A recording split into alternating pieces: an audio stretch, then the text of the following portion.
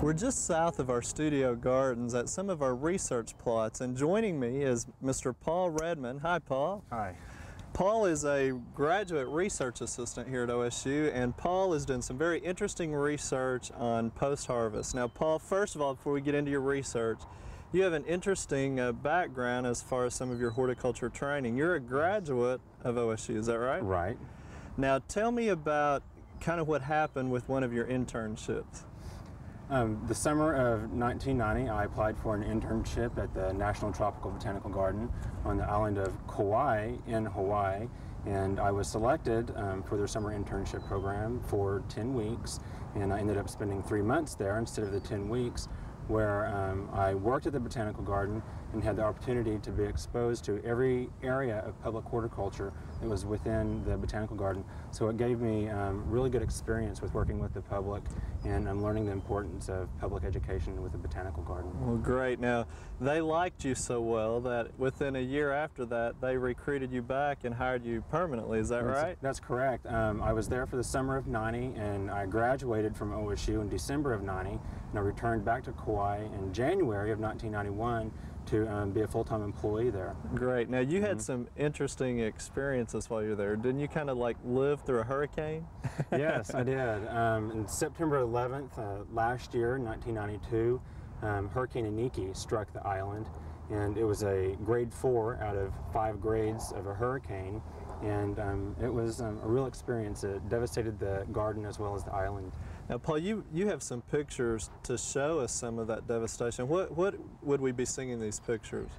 You'll be seeing before and after shots of the Botanical Garden.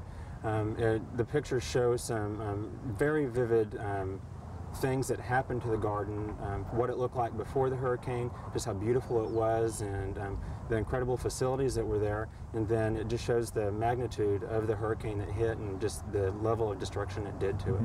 Now, I guess they're starting to get back on track, and with a garden like that, it's a long process. It is a very long process because a botanical garden like that, some of the plants they have are one-of-a-kind plants because they have field botanists that go out into the field, and some of these plants are very, very rare, and they may be the only ones left. And so if you lose a plant like that, like they did, you can't replace it. Right. And so, well, we appreciate you sharing that story with us. You're That's welcome. very interesting that you've had that experience. And I guess you could kind of say, Paul, we recruited you back. Now you're a graduate student.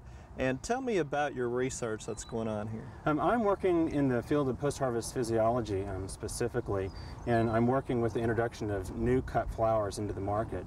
And post-harvest physiology is the field where I am studying to determine the maximum vase life of these cut flowers, and these are fresh cut flowers, and as well if they can handle the normal handling procedures that a cut flower goes through, all the way from harvesting to shipping to actual retail sale. Now, you're involved with Dr. Doe, who we've talked with previously, Yes. and you're kind of maintaining some of the plots that we've seen Right. too.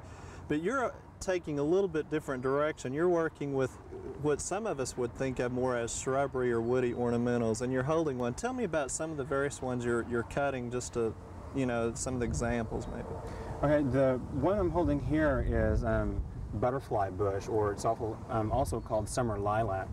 And with this particular experiment we're working with over here, we're determining what pruning treatment or hedging treatment will provide the longest stems with fewer lateral shoots, so that we could get the longest stem for a cut flower. Okay. Now, name some other things that you're working with as far as shrubs. I find that very interesting, some of the variations. Okay, we are working with Weigela here as well. We're working with corkscrew willow. We're working with pussy willow as well, forsythia, flowering almond, and a number of others. Right. Now, some of those don't really have flowering characteristics. I mean, you're looking at a little bit different alternative for year-round production, is that right? Right. We're interested in these shrubs as cut flowers, not necessarily for ornamental use in the lawn. In the lawn, you want to keep a shrub compact and uniform. We don't want that. We want a shrub to have as long a stems as possible. And so we are concerned with having the variety of such as the corkscrew and the pussy willow and even the butterfly bush here, so we could have year-round harvest off of these shrubs. So obviously your practices, and a lot of it is experimental to see how severe you can prune them various times of year, those types of things, which we would never want to do in the landscape. Exactly. Okay. Now, harvesting some of them during the winter too, I mean, there's really not any foliage, so you're looking at some interesting characters. Such as the corkscrew willow. We harvest that. You can harvest it as early as December and go through January if you would like, or February in harvesting it. That's for the stem. Right. Well, Paul, it sounds very interesting. Definitely a variation of what we're used to, and I think it's going to provide some good information for people who are interested in growing cut flowers. So we appreciate you joining us, and thanks for sharing about your experiences in Hawaii too. We appreciate it.